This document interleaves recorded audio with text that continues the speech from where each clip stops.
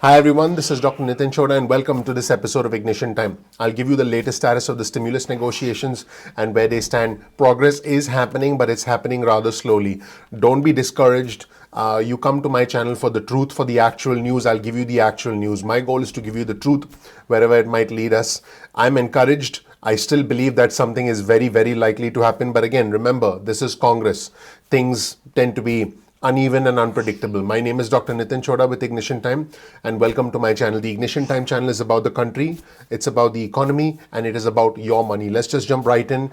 The number 2 Republican in the United States Senate, John Thune, the senator from South Dakota, said that he thinks a short-term stopgap funding bill, you'll see this tweet on your screen from Jake Sherman over at Politico, a short-term stopgap funding bill, which will essentially extend the funding of the government by 24 to 48 hours is a real possibility. Now, if this happens, don't be discouraged.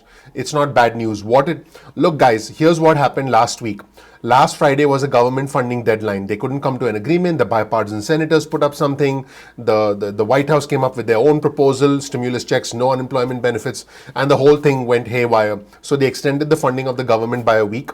And so they were supposed to come to a deal by Friday, by tomorrow night. Otherwise, the funding for the government could run out on Saturday. Now, it looks like they might need a little bit more time, so they may continue to fund the government for another couple of days.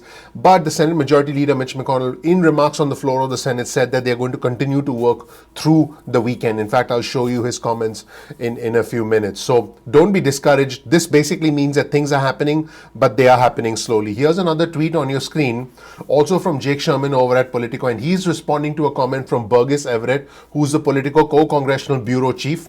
And Burgess Everett said, and he was quoting Dick Durbin, who's a Democrat, and Dick Durbin said, "We are facing the prospect of another continuing resolution.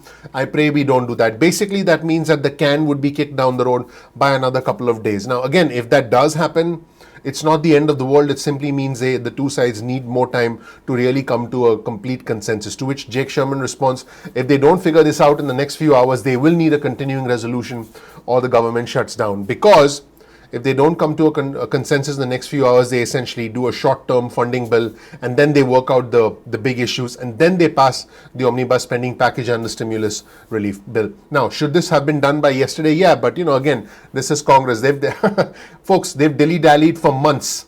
I want to be very clear. They've waited until the last second. They have procrastinated. In fact, one of them said that they've procrastinated, which is an admission from them that they've waited. There is no reason to wait for 48 hours before a government funding deadline to work on a stimulus bill. But guess what? That's what we get. And Heather Cagle, who's also the Politico co-congressional bureau chief, responded to what Jake Sherman said and said that, and folks have told her that Jake Sherman and Burgess Everett this morning, folks have told them that multiple outstanding issues still remain. So clearly they're still working on stuff. Another comment from Jake Sherman over at Politico. In fact, these are comments from the Senate Majority Leader Mitch McConnell on the floor of the Senate today. And the Senate Majority Leader said, we're going to stay right here until we're finished, even if that means working through the weekend, which is highly likely. He said that negotiators are at a point where they decide he called it a fork on the road. And he said they can either decide to stay on the fast track or drift back into bickering. Very interesting comments from the Senate Majority Leader. In fact, let's take a look at a segment of the Senate Majority Leader on the floor of the Senate this morning. And he said that in the next few days, we will either succeed or fail to fund the government and pass a targeted relief package. He did seem highly optimistic. Again, a Senate Majority Leader, someone who chooses his words very carefully. He did seem highly optimistic and he did say both sides are working together and coming closer together. And in a very rare moment of bipartisanship, he commended the Democrats for wanting to come together. So the signs are encouraging. Don't be discouraged. When it happens, I'll let you know. Also, please don't give in to the hype that things have already happened. We're almost there. We're not quite there yet. Let's roll the tape and look at the Senate Majority Leader Mitch McConnell. In the next few days, Congress will either succeed or fail at providing secure and stable funding for our military commanders, our federal departments, and key investments for our future. Fortunately, our colleagues on the Appropriations Committee and their House counterparts have been on the case. Bipartisan, bicameral committee work has full-year government funding legislation on the 1-yard line. I'm optimistic that if we can close out our other parallel business, we should be able to fund the government and move forward together. But that brings me to the way in which this year is unlike anything we've seen before. It's been more than 9 months since our nation began to feel the full force of the COVID-19 pandemic.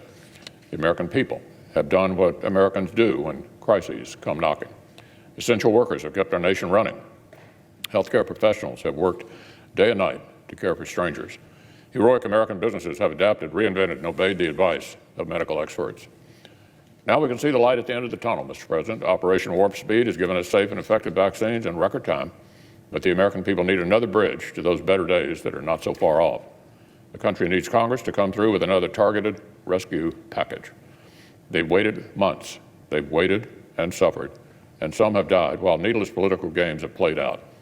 The American people wait for more emergency assistance ought to be over. For months, I've called for a targeted, bipartisan package that would put hundreds of billions of dollars into payroll support, testing, vaccine distribution, extended unemployment aid, safe schools, and other essential priorities. So I'm encouraged that our Democratic colleagues have now embraced this framework that's been the right solution for our country all this time, and a bipartisan, bicameral agreement appears to be close at hand. The outline that I've been discussing with Democratic leader Speaker Pelosi and Leader McCarthy would get another huge dose of bipartisan support out the door as fast as possible. We've yet to nail down every detail, but in broad strokes, we've been discussing the targeted second round of job-saving Paycheck Protection Program that Republicans have sought since last summer. We're discussing many tens of billions of dollars for distributing vaccines, COVID testing, and equipping safe schools to get our kids' educations back on track. We're discussing extended important unemployment programs. At the particular urging of President Trump and Secretary Mnuchin, who have continued to be the champions of cash relief for American families, we're discussing more direct impact payments for individuals, plus the bonus for families with children. Now, I do see some words of encouragement from the Senate Majority Leader. I heard them. And in another segment, the Senate Majority Leader talked about the importance of being fiscally responsible, of repurposing money from the CARES Act that was unspent money. He said, let's be smart about repurposing of all this money. And he said, all sides are working in good faith to reach a shared goal. So he talked about where the negotiations are right now. He talked about the fact that both sides are at a fork in the road, like I mentioned earlier. He said that we can either fast track the progress and essentially cross the finish line, or we can descend back into the games and the bickering. Very interesting comments from the Senate Majority Leader Mitch McConnell. Let's roll the tape and see what he had to say in this second segment. His comments on the floor of the Senate today. These are just some of the major pillars. And equally important, Mr. President, we're agreeing to be smart about financing these extraordinary policies. Now listen to this. We intend to repurpose more than $400 billion in unspent funds, which we already allocated in the CARES Act.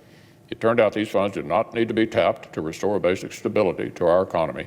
It's time we put that money to urgent use. Like I said at the time yesterday, I'm heartened by our discussions and our progress. I believe all sides are working in good faith toward a shared goal of getting an outcome. But I will say this, Mr. President, in my judgment, we're very close to a point that arises in every major negotiation.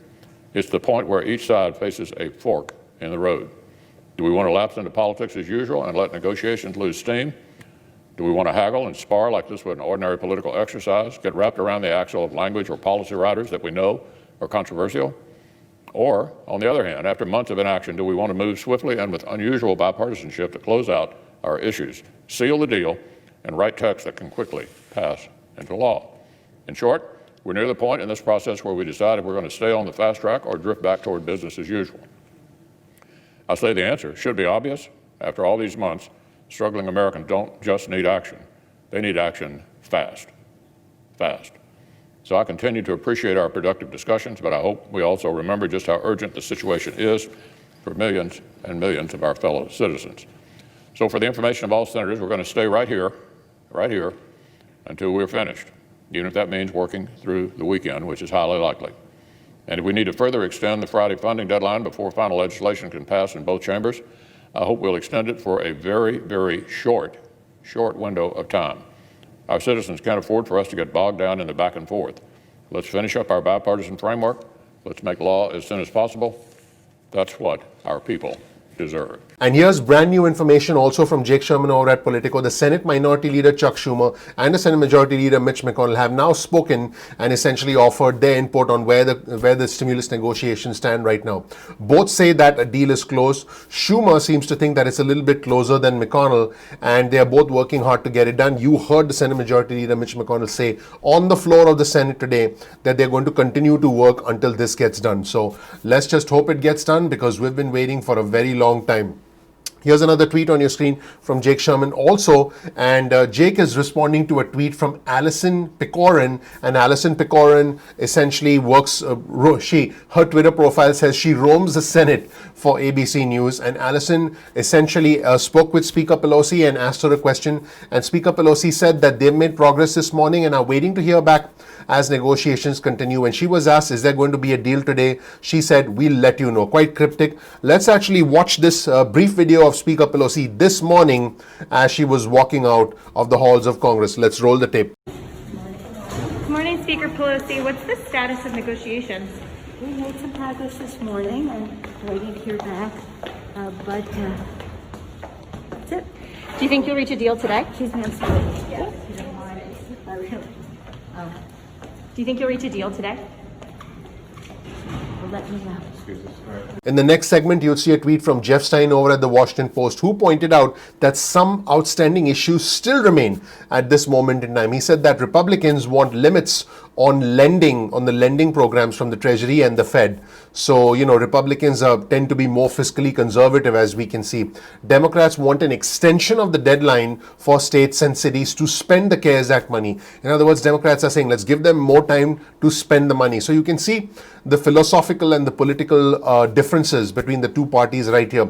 The Democrats want FEMA money that could help states and cities, because there is money sitting with FEMA that could help states and cities, and the Democrats want to be able to use that money, and they want money for live venues, for entertainment venues. Very interesting. We'll provide you with a link to all of our articles and resources in the description section below, so you can definitely check that out. Here's a tweet on your screen from Carl Quintanilla from CNBC. And a weekend session in Congress is now becoming increasingly likely. Like I mentioned earlier, they're sort of they may kick the can down the road by a couple of days. And top aides are discussing a way to keep the government funded until Sunday to allow for further talks and drafting of the rescue package. Brand new information that's coming in, and we'll provide you with a link again to the Politico article that goes into a little bit more detail about all of this. Also, another tweet on your screen from Jeff Stein over at the Washington Post. And Jeff now has the latest information.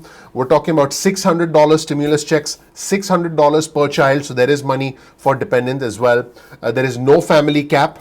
There was a family cap, keep in mind, in the past. Adult dependents do qualify, unlike the CARES Act. I've had a lot of questions from our viewers and subscribers about whether adult dependents would qualify. They did not qualify under the CARES Act, and it'll be the same phase out as the CARES Act, presumably because that'll be easier to administer, because those protocols, those frameworks are already in place. The US Treasury has already done that once before. So same phase out as CARES Act.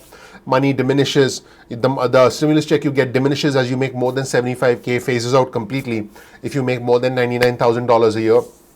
And it incorporates the Rubio mixed status family bill. I'll give you more details about that in another video. That came from Senator Marco Rubio from Florida.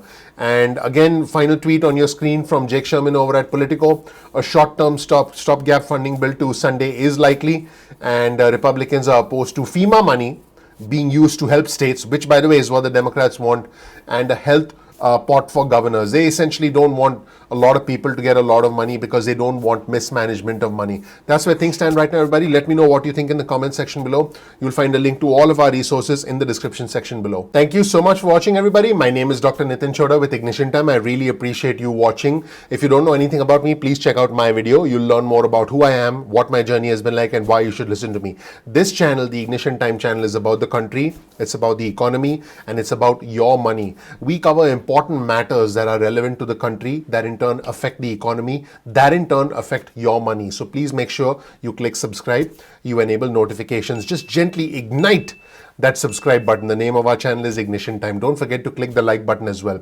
Now, we release videos at 2 p.m. East Coast time most days of the week. That's 2 p.m.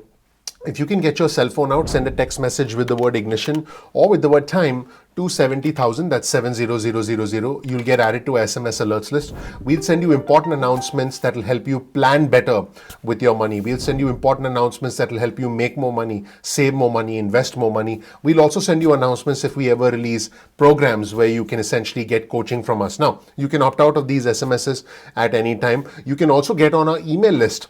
To get on our email list, simply go to ignitiontime.com/alerts. That's ignitiontime.com/alerts, and you can get added to our email list. And again, you can opt out of the emails at any point in time that you want as well.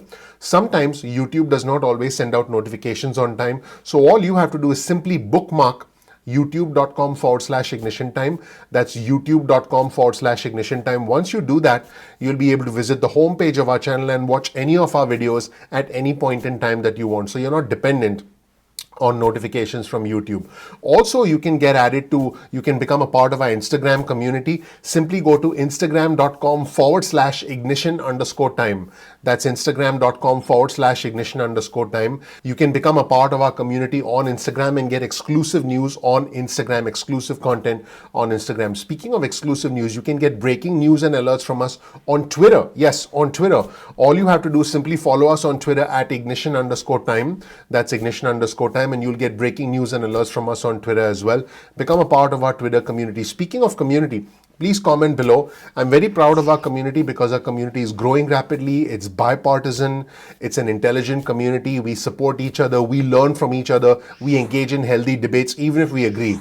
I think it's great if we disagree, as long as we can participate in a healthy and respectful discourse, which is what our community is all about. So I'm welcoming you to join our community. Thank you so much for watching. Please comment below. Like I said, also you'll always find a link to all of our resources in the description section below, so you can dig deeper into the content. If you learn something new from this video, please share this video with friends and family. That would mean a lot to me. That tells the YouTube algorithm that you found the content beneficial. That really does help the YouTube algorithm. I mean, you're on YouTube, you're getting content. Hopefully you find the medium valuable. Hopefully you find this content valuable. Once again, my name is Dr. Nitin Chhoda. Thank you so much. Please gently click that like button. Please subscribe. Please enable notifications. I'm looking forward to seeing you in the next episode of Ignition Time. Thank you. I'll talk to you soon. Bye.